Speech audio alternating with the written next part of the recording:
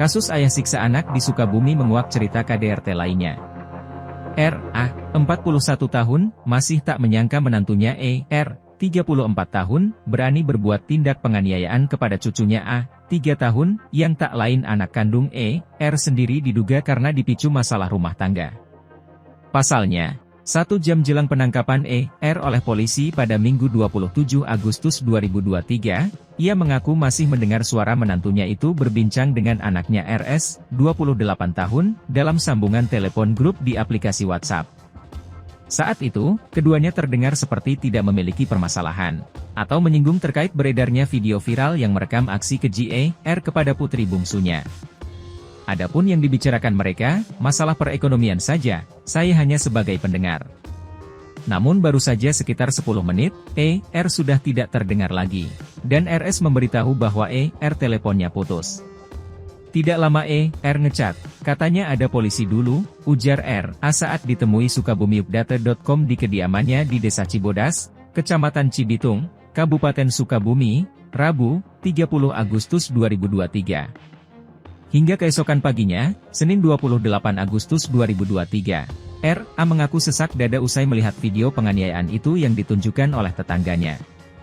Karena itu jelas cucu kami, kalau kakeknya hanya melihat sebentar karena tidak sanggup menahan marah dan sedih. Setelah itu, baru R.S. menelepon dan memberitahu bahwa ada kejadian itu. Dia dapat video tersebut dari teman-temannya. Setelah itu kakeknya dipanggil ke kantor Desa Cibodas. Pakku menanyakan kebenaran video itu, cerita R.A.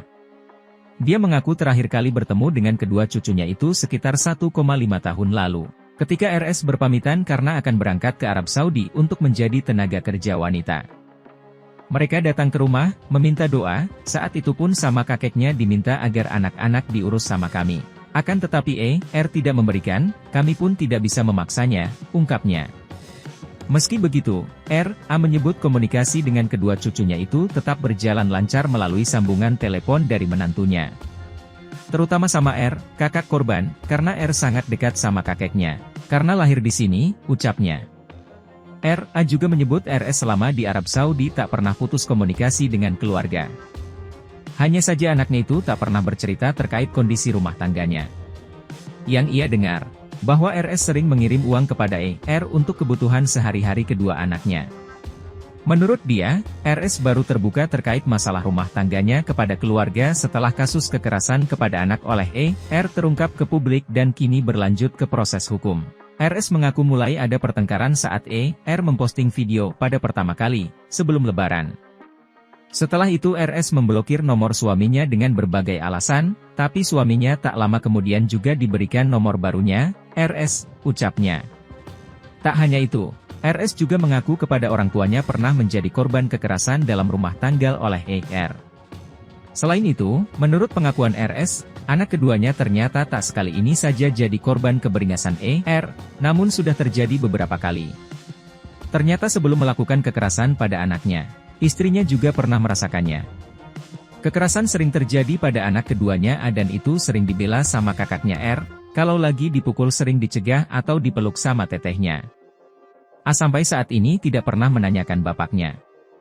Namun memang masih suka menangis, tandasnya. Diketahui, korban penganiayaan oleh ayah kandung di Kabupaten Sukabumi berinisial A dan kakaknya R, 6 tahun, saat ini telah dititipkan ke kakek dan neneknya, yaitu J, 54 tahun, dan R, A. Keputusan ini berdasarkan keinginan dari RS ibu kandung korban yang disampaikan langsung ke kedua orang tuanya via sambungan telepon dari Arab Saudi.